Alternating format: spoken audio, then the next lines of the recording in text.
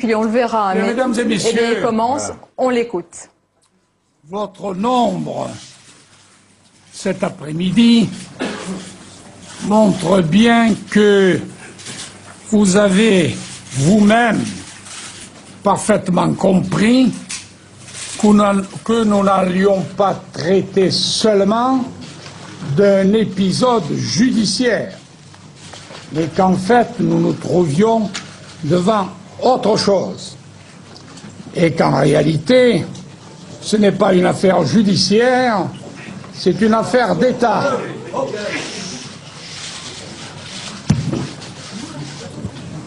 Il faut un minimum de respect les uns pour les autres. Mesdames et messieurs, il y a 9 ans, écoutez, je veux bien demander à la police d'intervenir. Vous savez que c'est ma principale spécialité. Mais c'est pas trop le moment quand même. Alors, reprenons les choses au début.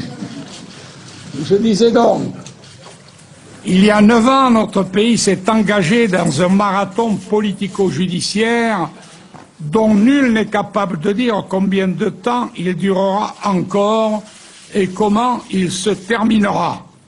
Le dossier des ventes d'armes à l'Angola. Si la phase d'instruction qui a duré 7 ans, excusez du peu, a permis aux uns de se créer un fonds de commerce, elle s'est conclue pour d'autres qui se reconnaîtront par honneur et promotion.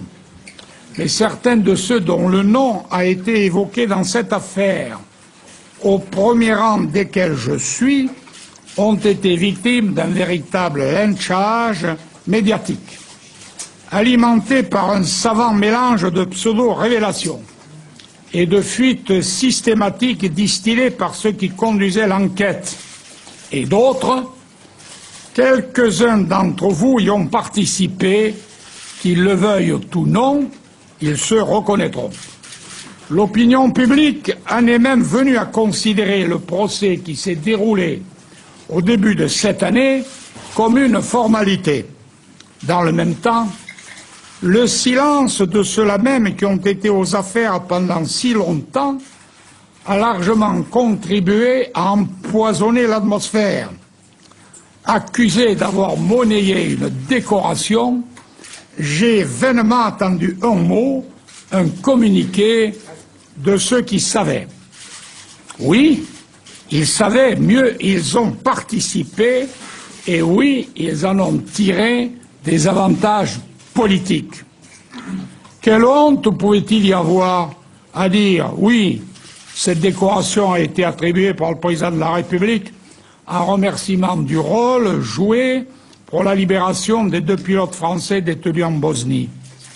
Mesdames et messieurs, j'entends parler ici et là du service de l'État et du sens de l'État.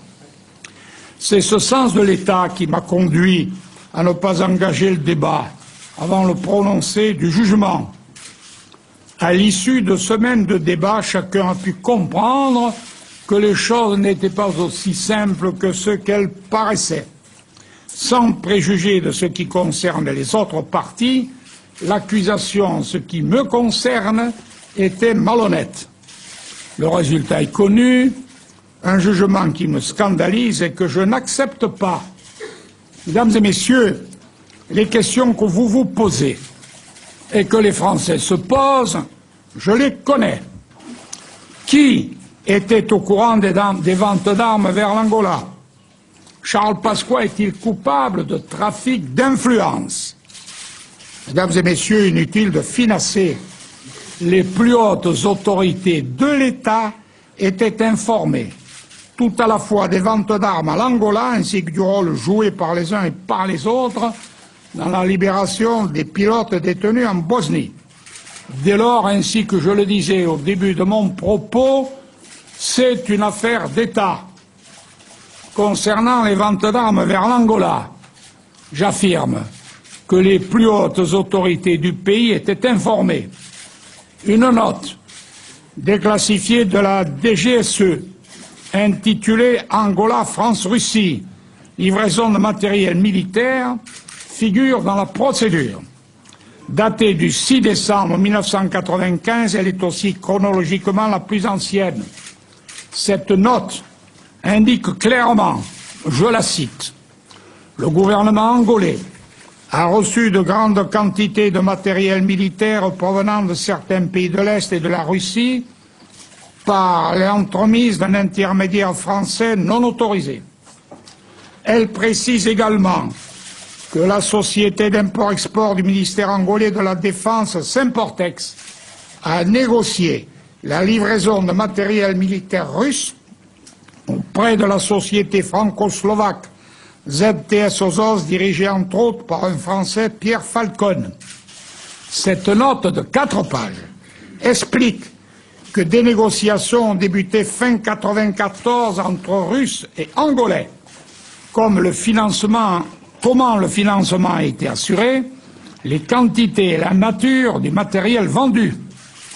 Le bordereau de transmission accompagnant cette note nous permet de savoir qu'elle a été adressée à 13 destinataires, dont la présidence de la République, au travers de l'état-major particulier, du cabinet, du secrétariat général et du conseiller pour les affaires africaines, le ministère des Affaires étrangères, au travers du cabinet et de la direction des affaires africaines et malgaches, le ministère de la Défense, au travers du cabinet réservé, je vous épargnerai la liste des directions concernées.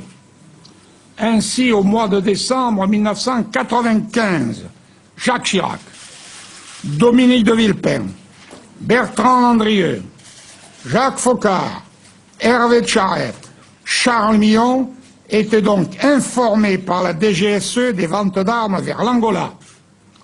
Aucune de ces éminentes personnalités n'a été entendue par le magistrat instructeur, en dehors de Bertrand Landrieux. Aucun d'entre eux ne s'est opposé à ces opérations alors qu'ils en avaient été informés. Je note enfin qu'aucune note antérieure ne figure dans la procédure et que le ministère de l'Intérieur n'est pas destinataire de celle-ci. À ce stade, vous me permettrez que de m'interroger ouvertement contre un fait qui dépasse toute logique. Comment, alors que la justice estime que ces ventes d'armes sont illégales, les autorités qui sont au courant n'ont-elles rien fait pour arrêter ces opérations et pourquoi, dans ces conditions, ne sont-elles pas poursuivies pour complicité?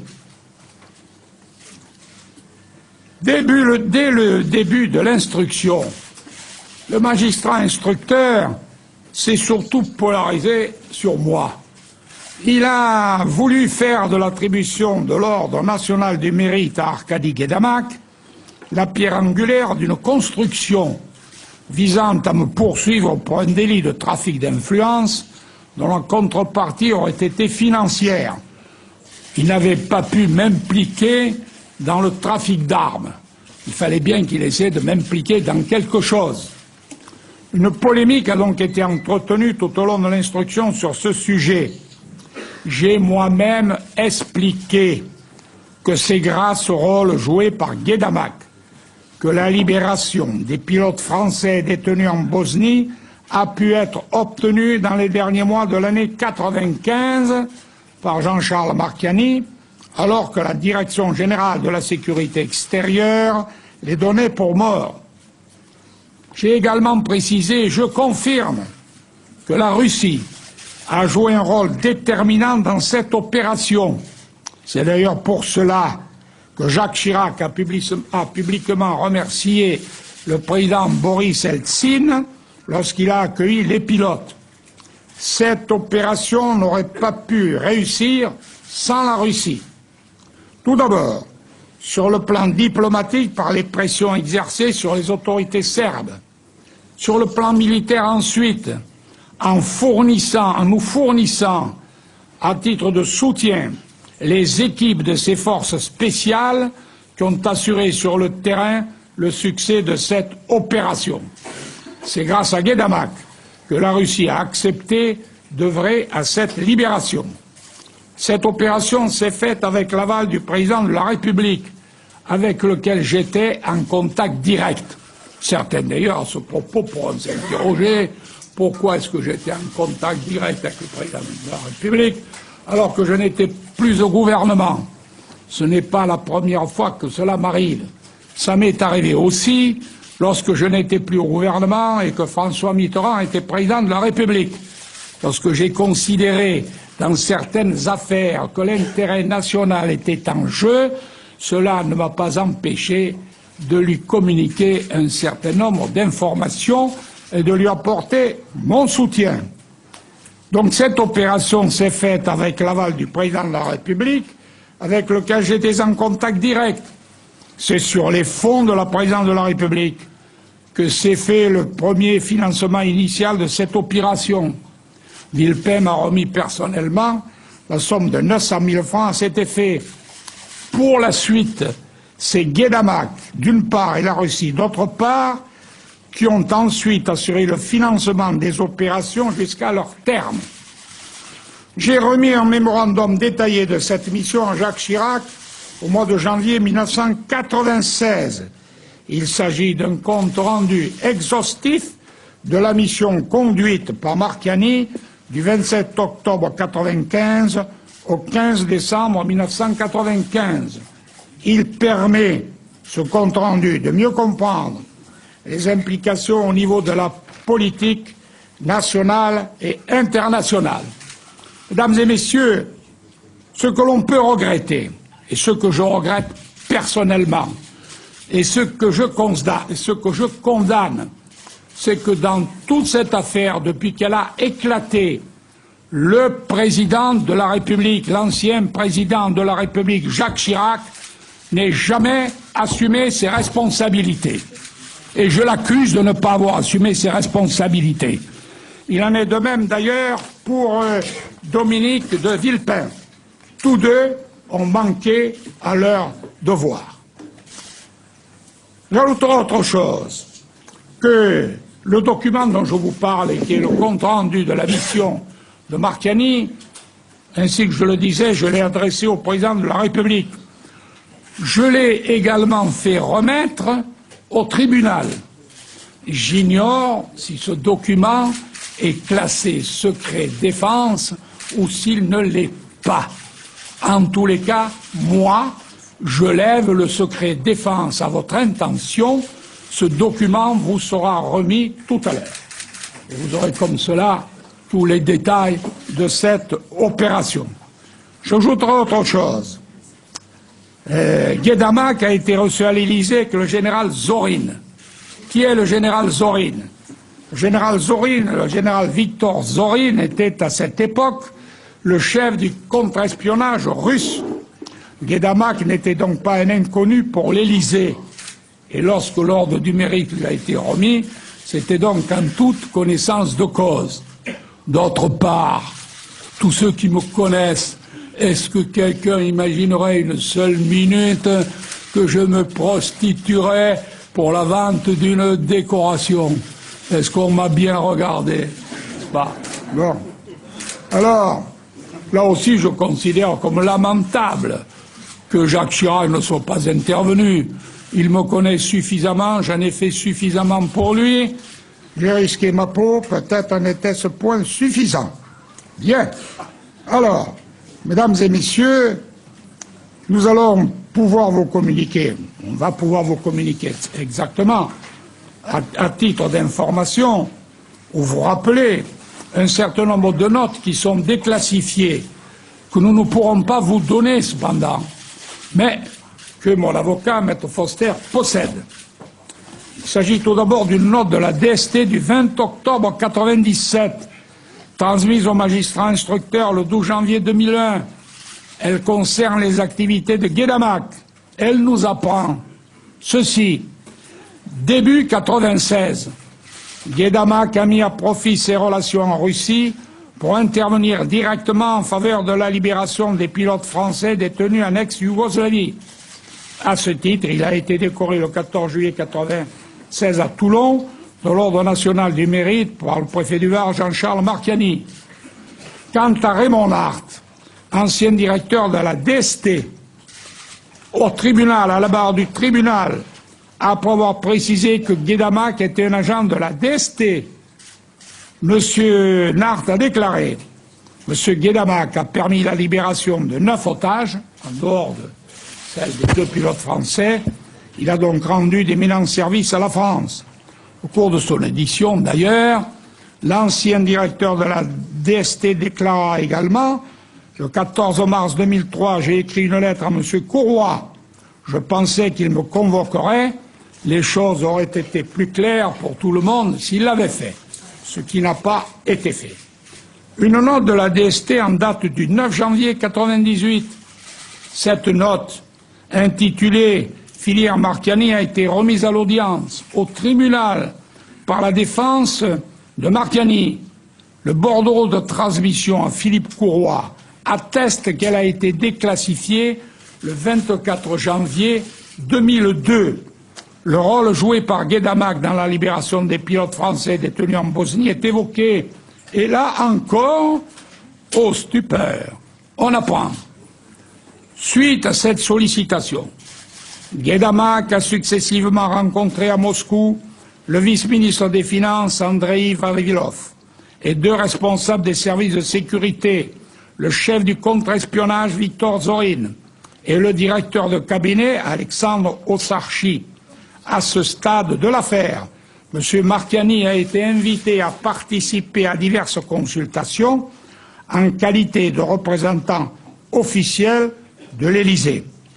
Chacun peut comprendre, en fonction de ce qui précède, que la théorie que l'on a essayé de bâtir est scandaleuse. La véracité est ce que je n'ai cessé de dire, et ça ne peut être contesté. Essayer de m'impliquer pour m'abattre dans une sordide histoire de trafic de décoration est une ignominie. Quant à la soi-disant contrepartie financière, le fondement de l'accusation ne résiste pas une seule minute. Il faut noter en particulier ceci: ce n'est pas une association que je présidais qui a reçu une subvention d'une association angolaise, mais l'association que présidait Pierre Mesmer, à laquelle j'ai appartenu et dans laquelle je n'avais plus aucune activité depuis 1991. Aucune somme de cette association n'est venue sur une association qui me soutenait. Il n'y avait d'ailleurs rien de plus facile pour contrôler cette association, puisque, étant donné que c'était un parti politique, le financement de cette association était assumé par une association de financement. Aucune vérification n'a été faite. Donc la volonté de nuire était tout à fait évidente. Bon, je n'ai pas du tout l'intention d'aller plus loin dans les explications. Si vous voulez quelques précisions, on vous les donnera. Ce qui apparaît également assez étonnant, c'est que naturellement, Pierre Mesmer n'a pas été poursuivi. Il serait d'ailleurs venu à l'esprit de personne de poursuivre Pierre Mesmer, président de cette association, pour avoir perçu 1 500 000 francs. Mais ce qui est encore plus drôle, c'est que si lui-même n'a pas été poursuivi, le secrétaire général et la secrétaire générale de l'association qui avaient été incriminés ont été relaxés. On voit donc bien au travers de tout cela l'incohérence de cette procédure. Mesdames et messieurs, en ce qui me concerne dans cette affaire dite de l'Angola, je répéterai haut et fort: Guedamac est bien à l'origine de la libération des otages. Les plus hautes autorités de l'État ayant financé en partie cette opération, ayant rencontré les protagonistes, étaient au courant du concours qu'il apportait pour faire libérer les otages. La décoration attribuée par le président de la République l'a été pour les services rendus à notre pays. Elle n'a fait l'objet d'aucune contrepartie sous quelque forme que ce soit. J'ai évoqué tout à l'heure une note de la DST remise à l'audience par la défense de M. Marchiani. Cette note permet, nous l'avons vu, de confirmer la réalité de ce que je n'ai cessé d'affirmer, à savoir la légitimité de l'attribution de l'Ordre national du mérite à Guédamac.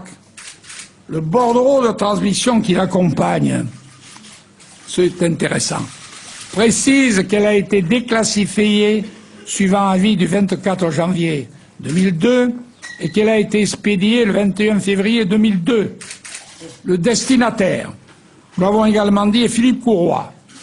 Cette note et ce bordereau ne figurent pas dans la procédure. Pas plus que ne figure la lettre du magistrat instructeur demandant le déclassement de cette pièce. Le jugement du tribunal de grande instance de Paris vise particulièrement les faits évoqués.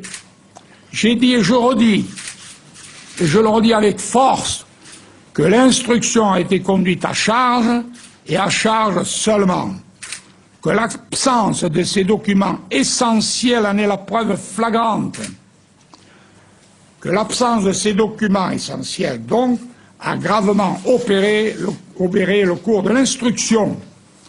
Ce sujet a été évoqué à l'audience lors de l'audition de M. Courroy en tant que témoin. Ces explications n'auront convaincu personne. Prenant à témoin le tribunal, il s'est exclamé « Pensez-vous que je sois assez malhonnête pour faire disparaître une pièce ?» La réponse à cette question devra être apportée par la justice. En effet, j'ai décidé de déposer une plainte contre Philippe Courroy. Elle a été déposée ce jour par mon conseil, Maître Foster, devant le procureur de Paris, sur le fondement des articles 432-15 et 432-16 du Code pénal. Mesdames et Messieurs, l'ensemble des documents relatifs à ce dossier couvert par le secret défense n'est pas encore connu. C'est en raison de cette opacité que je demande une déclassification générale. J'ai dit et je maintiens qu'il faut en finir avec les dossiers qui défraient la chronique et qui empoisonnent la vie politique. Tout le monde voit bien, notamment, que le résultat de l'opération des faux listings Clearstream a été en définitive la mise hors jeu du magistrat qui enquêtait sur le dossier des frégates de Taïwan. Appâté par des noms qui figuraient sur ces listings, il a été pris au piège. Certains d'entre vous tentent également de polémiquer sur un autre dossier, celui du Pakistan. Mesdames et Messieurs, je considère qu'il faut en finir. Je demande donc un certain nombre de choses. La première, je souhaite le lancement d'une pétition de l'ensemble des parlementaires, majorité et opposition, demandant la levée du secret défense sur toutes les affaires de vente d'armes et d'armement intervenues depuis 2002.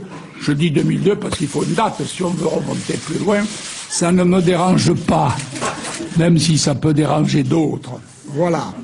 Et je souhaite par conséquent également que soit constituée une commission parlementaire composée de représentants à égalité de la majorité et de l'opposition. Elle pourrait être présidée par quelqu'un de tout à fait respecté et respectable, le président de la Cour des comptes, par exemple, qui veillerait à ce que la lumière la plus totale soit faite sur ces différentes affaires. Mesdames et Messieurs, notre pays est malade de toutes ces rumeurs, de toutes ces histoires. Il faut en finir. Quant à moi, en terminant, je le redis, avec regret et avec une certaine tristesse, je considère que dans toute cette affaire, le comportement de l'ancien président de la République, Jacques Chirac, et de Dominique de Villepin a été inacceptable. D'ailleurs, si on recherchait une preuve supplémentaire, elle est la suivante. On a la preuve au moins qu'à partir du mois de décembre 1995, le gouvernement était parfaitement au courant de ces ventes d'armes. Il ne s'y est pas opposé Le président de la République n'a rien fait, le président de la République d'alors n'a rien fait.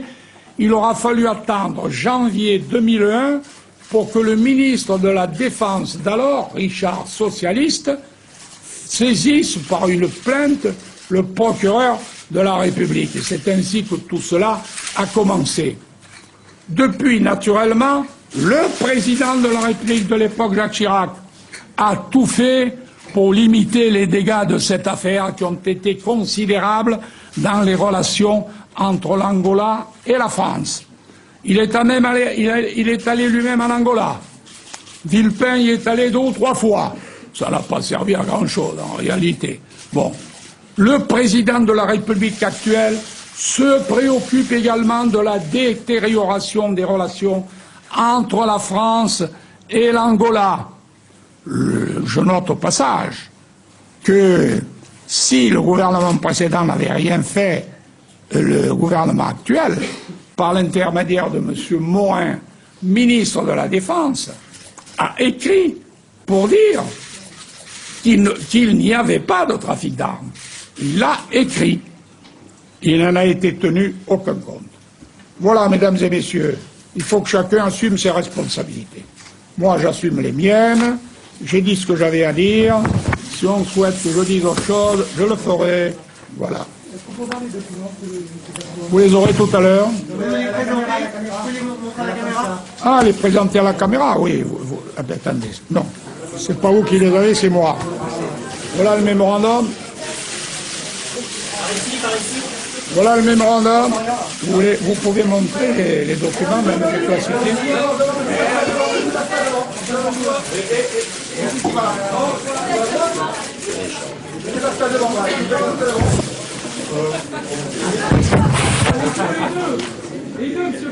Voilà un document déclassifié, confidentiel, défense.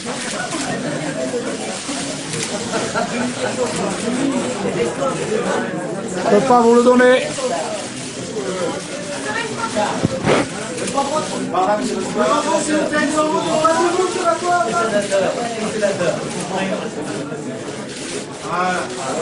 Ça y est, tout le monde l'a eu. Vous en voulez encore? Non, c'est pas bien, merci. Bon, voilà.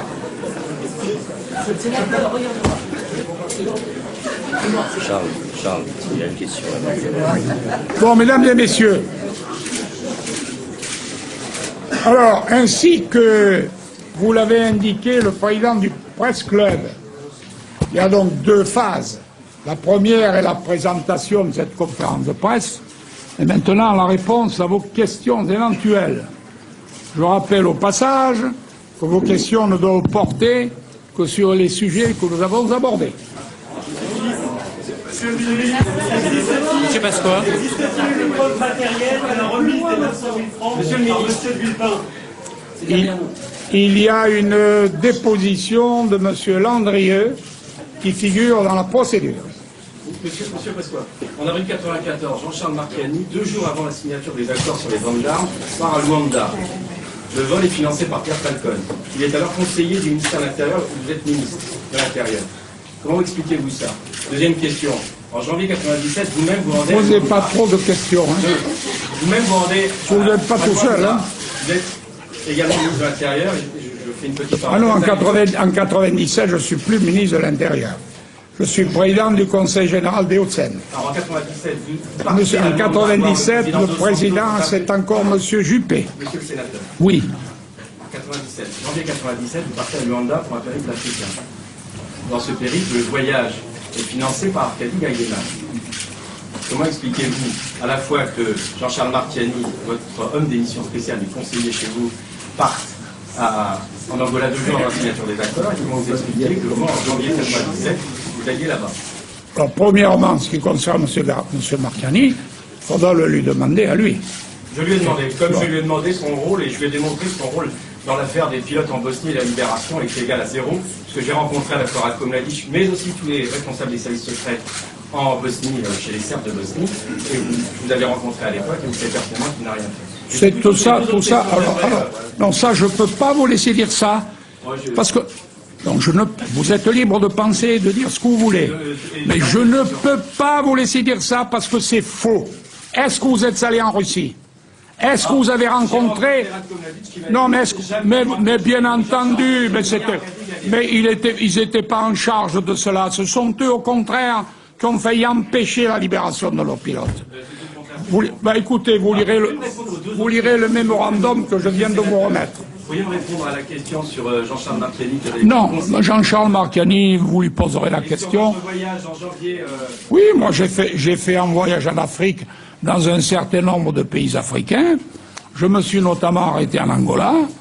Je suis allé en Angola à la demande du gouvernement angolais pour voir notamment ce qu'il serait possible de faire en faveur des enfants soldats mutilés, etc. Voilà, point final. le vol était financé par Arkady Gaïema. Je ne sais pas, je n'en sais rien. C'est possible. Soyez gentil de vous présenter avant vos questions. Monsieur le ministre, est-ce que les réunions du Conseil restreint ont évoqué ce sujet de la libération des pilotes, des conditions de la libération? Est-ce que vous demandez des qualifications des documents qui auraient été rédigés à ce sujet? À ma connaissance, d'abord, premièrement, je ne peux pas vous répondre en ce qui concerne la tenue d'un conseil restreint, parce que la libération des pilotes a eu lieu alors que je n'étais plus membre du gouvernement. Par conséquent, j'ignore s'il y a eu un conseil restreint ou pas. Non, je crois autre chose.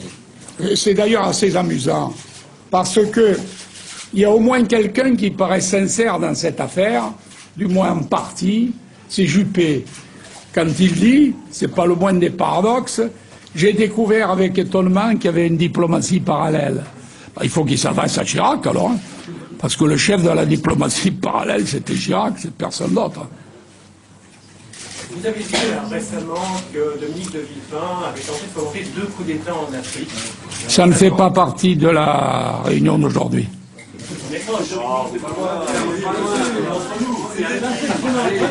Non. Écoutez, ou vous posez des questions qui ont trait à la conférence de presse, alors je considère que cette conférence de presse est terminée, que vous êtes tout à fait satisfait, et on va faire autre chose. Chacun va faire autre chose. Jean-Charles Marchiani était comme votre conseiller. Vous posez plainte contre Philippe Courroy. Pardon? Vous avez annoncé que vous allez déposer plainte aujourd'hui contre Philippe Courroy qui a instruit ce dossier. Car, dites-vous, il a mené une instruction à charge. Mais depuis, il y a eu un jugement, il y a eu des audiences, un jugement qui l'a condamné. Est-ce que vous considérez que ce jugement ne vaut rien ou que le tribunal a été partial, c'est basé sur une instruction mal ficelée? La deuxième partie de votre proposition est la bonne. Je considère effectivement que ce jugement est partial et qu'il est en grande partie le résultat d'une instruction dont le moins qu'on puisse dire est qu'elle était ficelée. En réalité, c'était une instruction conduite à charge. D'ailleurs, si vous vous donnez la peine d'étudier le jugement, vous verrez qu'il y a eu énormément d'efforts pour essayer de m'impliquer dans tout ça et qu'on y est difficilement arrivé. Est-ce que vous êtes favorable à la création d'une enquête sur la mort de Robert Boulin? Ça n'a strictement rien à voir. Je vous ai, mesdames et messieurs, je vous connais suffisamment et vous me connaissez. Alors il y a une règle, il faut la respecter. Posez toutes les questions que vous voulez sur l'affaire en question qui nous concerne. Ne me posez pas de questions sur des affaires. Il y a suffisamment de questions à poser sur celle-ci. Vous a remis 900 000 francs. Est-ce que vous avez des preuves, des témoignages? Non mais c'est Landrieux qui l'a confirmé. J'ai répondu tout à l'heure. Vous avez dit avoir sauvé la peau de l'ancien président de la République. À quelle occasion? À quelles autres Écoutez. Autre question. Est-ce que le fait avertir le président de la République des démarches que vous comptez entreprendre à partir de maintenant? Pardon? Avez-vous averti le président de la République actuelle des démarches que vous entreprenez à partir de maintenant? Je n'avais pas à prévenir le président de la République actuelle. Je suis dans l'exercice de mes droits de citoyen et de la défense. Je n'ai pas à demander au président de la République son avis ou à l'informer. La seule chose que j'attends du président de la République, c'est, comme je le disais tout à l'heure, non seulement qu'il ne s'oppose pas au lever du secret défense, et qu'il le facilite. Allez-y. Mon avocat va prendre le relais. Seconde.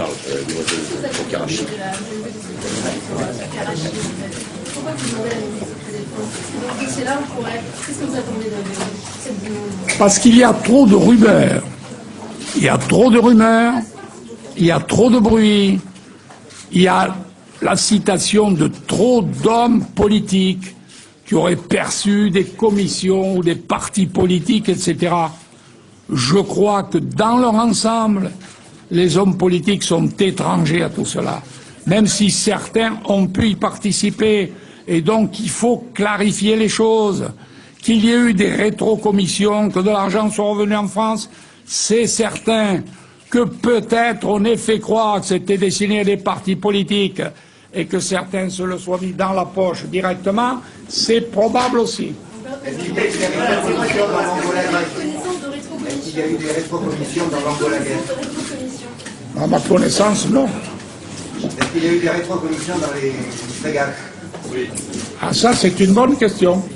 Et ça fait partie des questions que je pose. Et pourquoi vous la posez, monsieur le ministre? Parce qu'il y a des rumeurs, et que parmi ces rumeurs, imaginez-vous que mon nom a été cité.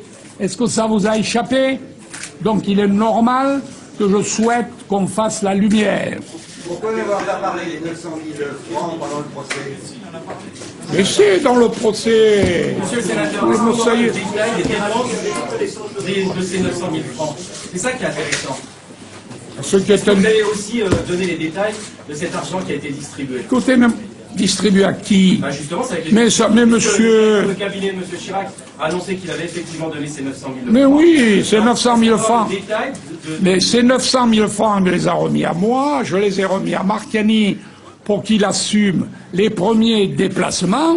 Je ne doute pas de l'acuité de vos questions, alors demandez donc à Marchiani. Encore, décidément. Je lui ai demandé. Eh bien, continuez.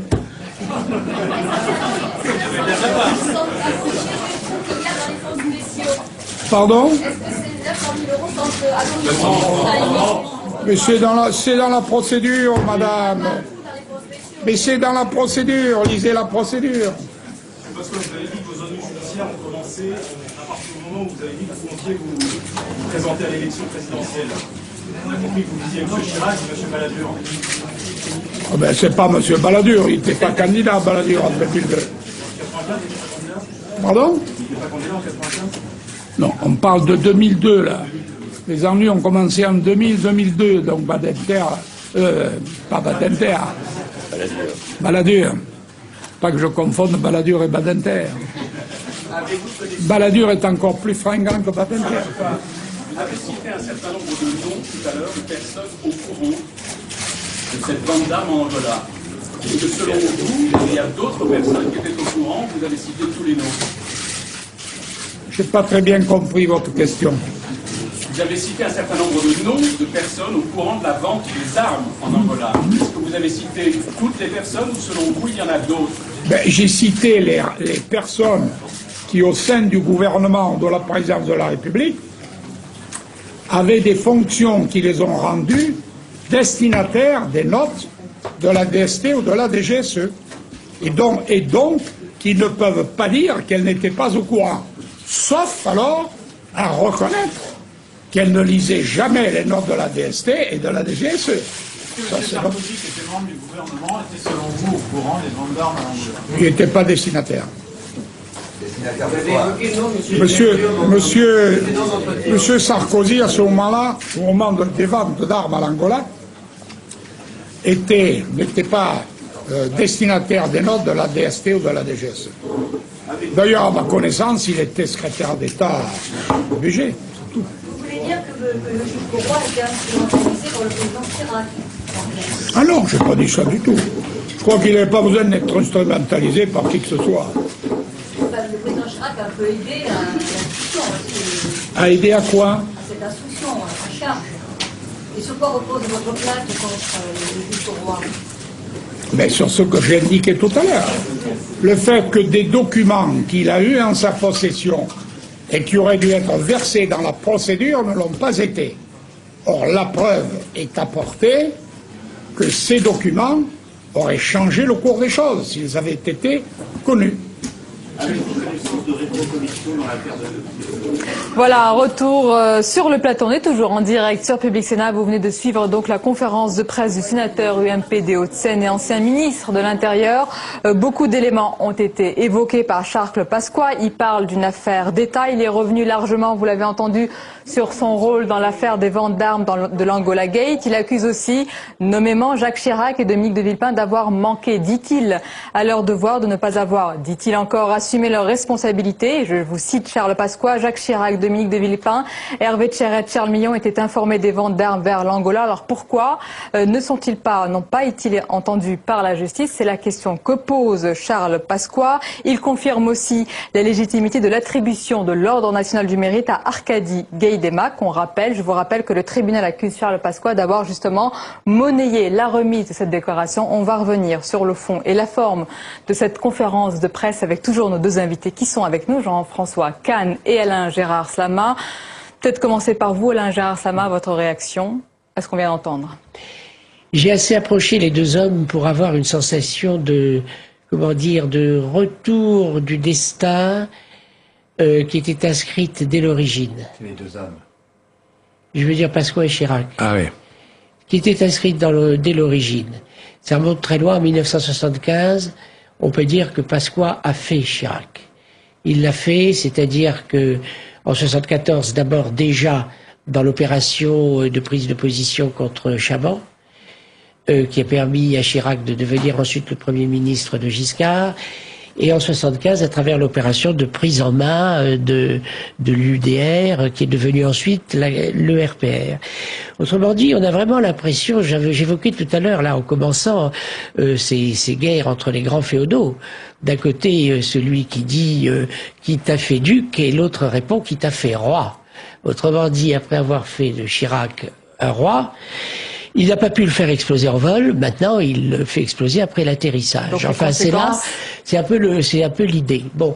Seulement, je ne suis pas sûr que cette opération, si vous voulez, qui a été entourée, vous l'avez remarquablement résumé, qui a été entourée d'une certaine solennité en son départ, nous ne l'ayons pas vu sous nos yeux. C'est une scénographie intéressante, un peu se décomposer par l'accumulation des preuves et par la dérive de la tragédie en une espèce de comédie à laquelle le tempérament de Charles Pasqua, qui est quand même plutôt un homme du Sud, hein, oui. Bon, à Corse, bon, soit, cède assez volontiers. C'est-à-dire qu'il y a là un climat vraiment de règlement de compte. Je ne suis pas sûr que ça causera autant de mal à Chirac que l'espérait Pasqua. Je ne suis pas sûr non plus que le traumatisme qu'il ressent de la manière dont le juge Courroy a conduit son instruction, après tout il y en a eu beaucoup d'autres qui ont souffert des instructions du juge Courroy, puisse amener à un redressement de la barre judiciaire en la faveur de Charles Pasqua. J'ai l'impression, une fois de plus, que là vraiment, on a beaucoup évoqué l'État, le sens de l'État. Indiscutablement aujourd'hui, la Ve République vient de recevoir un coup de plus.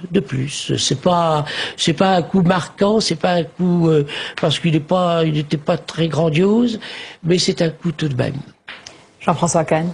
Oui, je suis assez d'accord avec cette vision. Au-delà du, malheureusement, on ne devrait pas avoir à dire ça, mais du spectacle. Un spectacle avec quand même un des plus grands acteurs que connue la vie politique française, qui était là, malgré son âge, au milieu de sa forme. Il en a joué. Il a fait du Rému.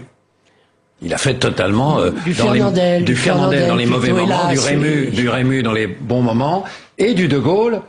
Est-ce que vous croyez qu'à mon âge, il y avait une espèce de... Bon. Absolument. Si vous voulez, les gens qui écoutent ça, il y a beaucoup de gens qui vont l'entendre. D'abord, ils comprennent pas tout, c'est normal. Et donc, qu'est-ce qu'ils vont dire? Ils vont dire, qu'est-ce qu'on nous cache? Ah, mon bon monsieur, on nous en cache. Qu'est-ce que nous... Alors comme ça, on nous dit qu'on paye pas de rançon, mais en vérité, on paye des rançons. Et puis on fait officiellement du trafic d'armes avec des pays où, comme je vous l'ai dit tout à l'heure, c'est interdit. Mais c'est interdit et à côté de ça, on vend des armes à un pays communiste, en guerre civile. Et on le fait en coopération avec les services secrets russes. Attends, le mec, il est là. Écoute, dis, mais on nous dit ça. Qu'est-ce qu'on nous cache? Bon, très bien. Et en même temps, on est déçus. Parce que, à tort ou à raison, les gens, quand on leur a dit « va tout dire », ils ont dit « va tout dire ». Or, à la fois, ils disent ça, c'est une affaire d'État. C'est au plus haut sommet. Attendez, je ne vais vous dire que ce qui me concerne dans mon procès. Mais tout le monde sait qu'il en sait 1000 fois plus.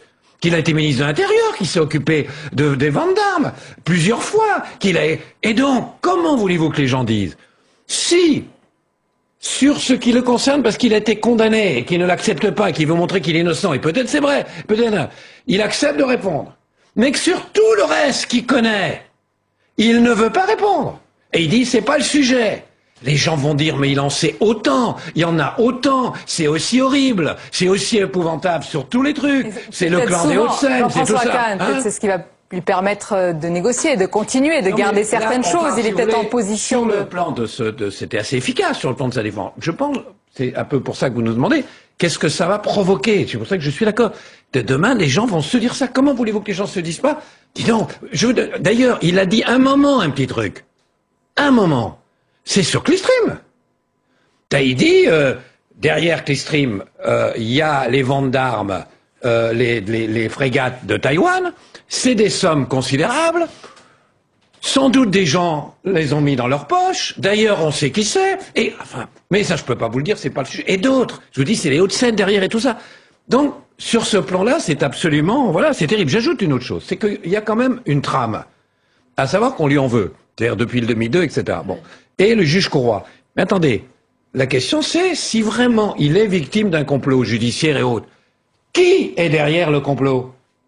C'est pas Chirac, ça peut pas être Chirac. Chirac, il a intérêt à ce qu'on parle pas de ça, à ce qu'on oublie, etc.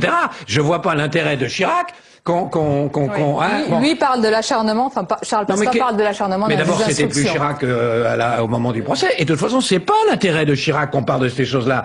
Une chose est que Chirac a caché qu'il était au courant, etc. Ça c'est fort dans ça. Mais le fait qu'il y a derrière quelqu'un derrière qui truque, qui enlève les pièces, qui etc. et tout, et c'est qui? Ça peut pas être Chirac, ça peut pas être Villepin, c'est absurde. Sauf si on lui a demandé d'attaquer Chirac et Villepin. Au moins on en est. Lors de cette conférence aussi, Charles Pasqua, alors il a fait ses révélations qu'on peut juger donc fracassantes ou pas, mais il a quand même donc demandé des choses plus précises. Il a demandé une déclassification générale donc de documents sur le secret défense dans certaines affaires.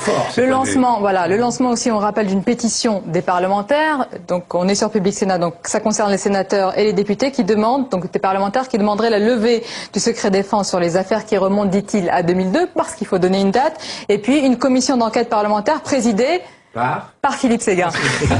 Voilà. Alors tout ça pourrait déboucher. Alain Gérard Sama, ça ce sont des demandes, des requêtes concrètes qui pourraient déboucher éventuellement. Alors, on établit, je me mets à la place, c'est un acte de gouvernement, la déclassification, n'est-ce pas? Donc c'est pas quelque chose qui puisse se faire comme ça. Donc ça veut dire là, mettez-vous à la place du gouvernement, qui va se dire, si je déclassifie, j'ai l'air d'avoir mis Pasqua dans mon jeu et d'avoir mené une opération contre Chirac qui va continuer encore à aggraver le climat politique. Si je ne déclassifie pas, j'ai l'air de couvrir des irrégularités scandaleuses. Donc là, pour le gouvernement, ça va être une affaire drôlement difficile. Mais ce que je vois, c'est la chose suivante. Pasqua n'a toujours pas expliqué pour quelle raison on lui en voulait autant. Ah oui, il l'a pas dit. Il a dit, oui, il l'a pas dit là, mais il l'avait dit avant parce que j'ai voulu me présenter contre Chirac à la présidence de la République. Voilà. Alors là, franchement, qui est-ce qui va croire à ça? Enfin, je veux dire, c'est quand même un petit peu excessif. Il a été battu, et tellement battu que, franchement, c'est pas une raison tout à fait convaincante. En revanche, ce qui est plus convaincant, j'indiquais en commençant, je vais vous rappeler, j'invoquais deux choses. La guerre Giscard-Chirac, et n'oublions pas que l'affaire Pasqua qui a fait roi Chirac, c'est à ce moment-là, et que c'est un des drames initiaux, un des péchés originaux dont nous continuons à payer la facture. Et l'autre chose, j'indiquais, c'est la justice et les hommes politiques. Et le juge Courroy n'est pas un enfant né de la dernière pluie. Pasqua, effectivement, le sénateur a indiqué, on a voulu m'appliquer dans un trafic d'influence, de décoration, parce que on ne pouvait pas m'appliquer dans un trafic d'armes, comme vous l'avez rappelé à l'instant.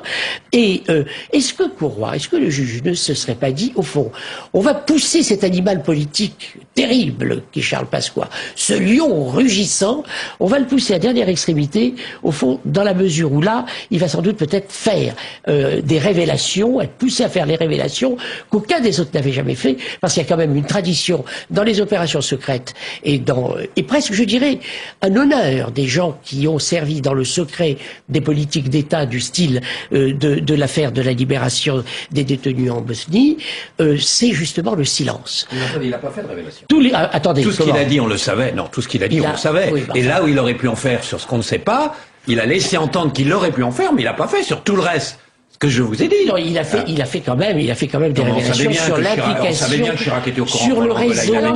Mais sur ce point, c'est important. Il a, dit-il, Jacques Chirac, Dominique de Villepin, Hervé Charette, Charles Millon étaient donc informés, selon lui, des ventes d'armes vers l'Angola. Il a même brandi une note. Quelles peuvent être les conséquences à la fois politiques et peut-être, puisque lui-même se pose la question, pourquoi la justice ne les a pas entendus, quelles peuvent être les conséquences judiciaires? Je voulais ajouter quand même, parce qu'il a essayé de donner l'aspect politique, qu'il y a un côté Macbeth, il y a un côté Macbeth, c'est-à-dire que c'est pas simplement la bagarre Giscard Chirac qu'on retrouve, c'est que derrière on retrouve les deux grandes trahisons de Pasqua. Pasqua, il a beau dire, c'est vrai, il a un côté sympathique et quand il veut, mais sauf qu'il a trahi 2 fois dans sa vie. Une fois, il a trahi le Chaban-Delmas, le candidat de son camp au profit de Giscard, et une autre fois, il a trahi Chirac au profit de Balladur. Et quelque part, c'est la revanche de ces trahisons. C'est ce que je disais tout à l'heure. Il a essayé 2 fois de le faire exploser en vol. Il n'y est pas parvenu. Maintenant, il essaie de le faire exploser à l'atterrissage. On reconnaissait que c'est moins glorieux. Et Jean-François Kahn, je reviens à ma question sur les conséquences politiques et éventuellement judiciaires pour les protagonistes dont on a parlé. Judiciaire, je sais pas. Oui, il a posé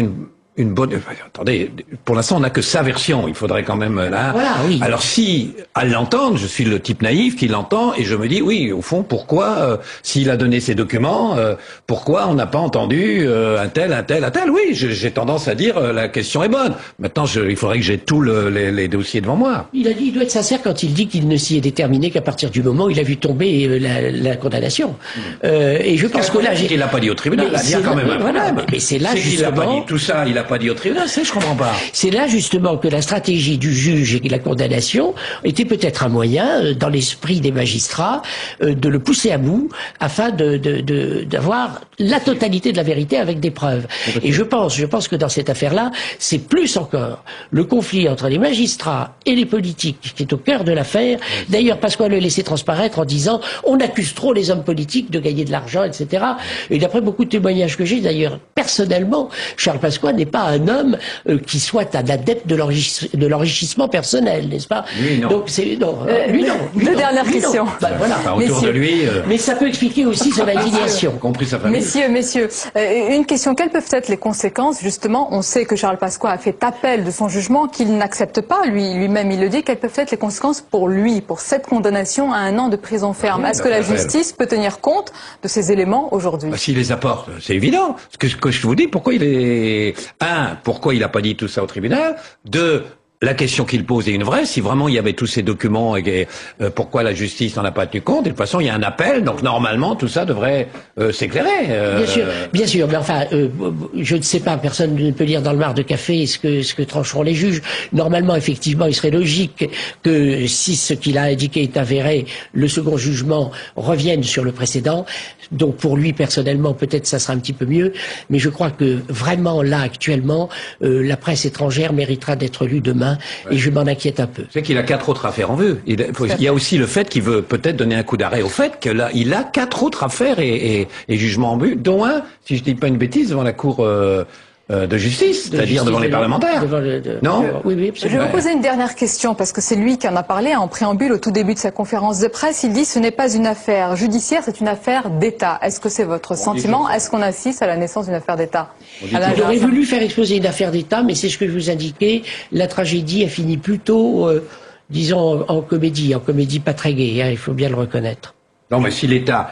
Mais simplement qu'on le savait, je veux dire, très sincèrement, on le savait. Alors s'il y a des journaux qui ne l'ont pas dit, c'est le problème de ces journaux, mais d'une façon générale... Pourquoi Jean-François... Ah non, c'est pas... Absolument pas. Non, franchement, il n'y avait aucune...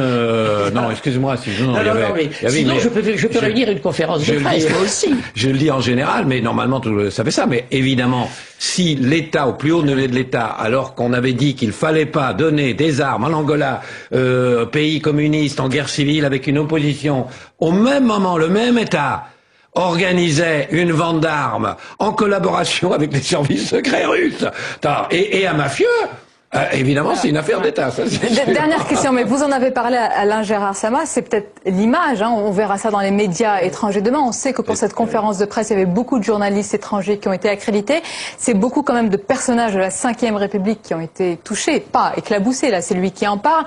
Quelles peuvent être les conséquences en termes d'image? Je veux dire, c'est le discrédit général et c'est navrant des hommes politiques. Parce que dans cette affaire, l'opinion, vous savez, l'histoire d'une vente d'armes, alors même que le gouvernement désapprouve en façade cette vente d'armes, ça, c'est classique, les gens le comprennent. Ça s'appelle la politique étrangère. Mais bien sûr, et le secret défense. En revanche, surtout quand on passe en plus par la Russie soviétique.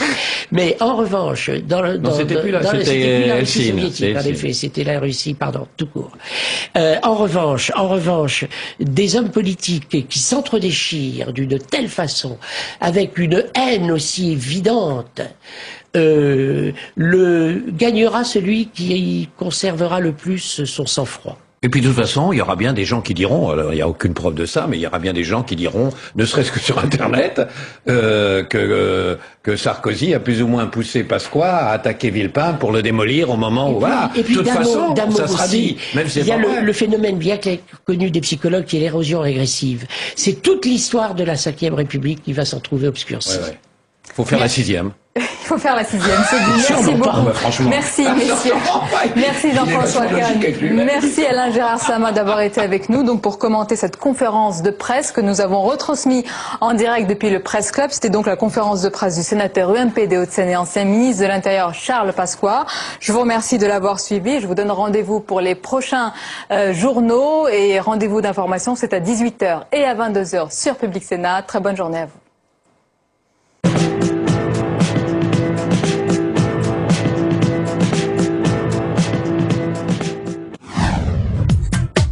Je vous retrouve avec plaisir chaque jour du lundi au jeudi à 18h sur Public Sénat pour une tranche d'informations complètes, politiques et parlementaires avec des invités, des chroniqueurs, des reportages, le décryptage politique. C'est tous les jours sur Public Sénat.